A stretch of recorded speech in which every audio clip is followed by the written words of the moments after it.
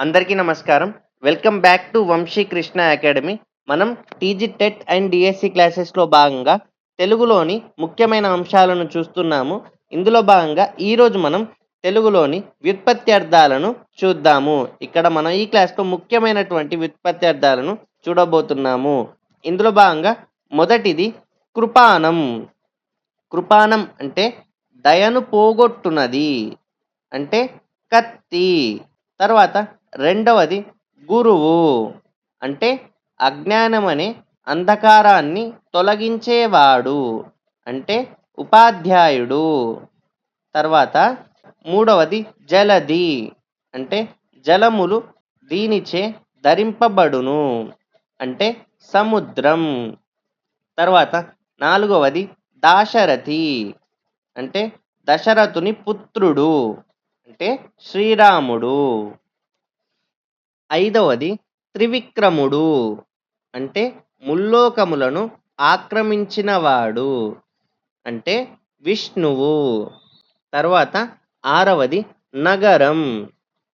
అంటే ఇక్కడ కొండల వలె ఉండే పెద్ద పెద్ద భవనములు కలది.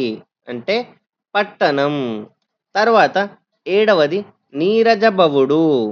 అంటే కమలమునందు పుట్టినవాడు. అంటే బ్రహ్మ. తర్వాత ఎనిమిదవది పారాశర్యుడు. అంటే పరాశర మహర్షి కుమారుడు. అంటే వ్యాసుడు. తర్వాత తొమ్మిదవది భవాని. భవాని అంటే భవుని భార్య. అంటే ఎవరు? పార్వతి. పదవది విష్ణువు. అంటే విశ్వమంతటా వ్యాపించి ఉండువాడు. అంటే విష్ణుమూర్తి. ఈ విధంగా మనం గుర్తుంచుకోవాలి. తర్వాత 11వది భాగీరథి. అంటే భగీరథునిచే తీసుకొని రాబడినది గంగా.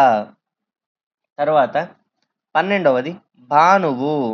అంటే ప్రకాశించువాడు సూర్యుడు. తర్వాత 13వది భాష. అంటే భాషింపబడునది. అంటే మాట.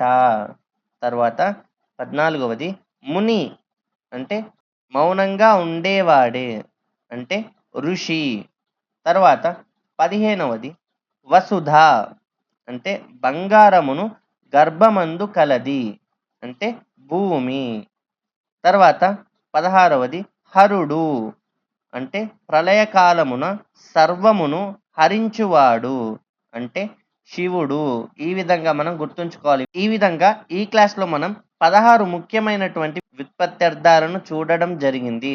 మనం 10th క్లాస్ వరకు కూడా దాదాపు అన్ని ముఖ్యమైనటువంటి వ్యుత్పత్త్యర్థాలను కూడా చూడడం జరిగింది. ఈ క్లాస్తో పాటు మన ప్రీవియస్ క్లాసెస్ కూడా చూడండి. ఎందుకంటే వీటి నుండి మనకు టెట్ కానివ్వండి, డిఎస్సి కానివ్వండి ఎగ్జామ్స్లలో క్వశ్చన్స్ అనేది రావడానికి అవకాశం ఉంది.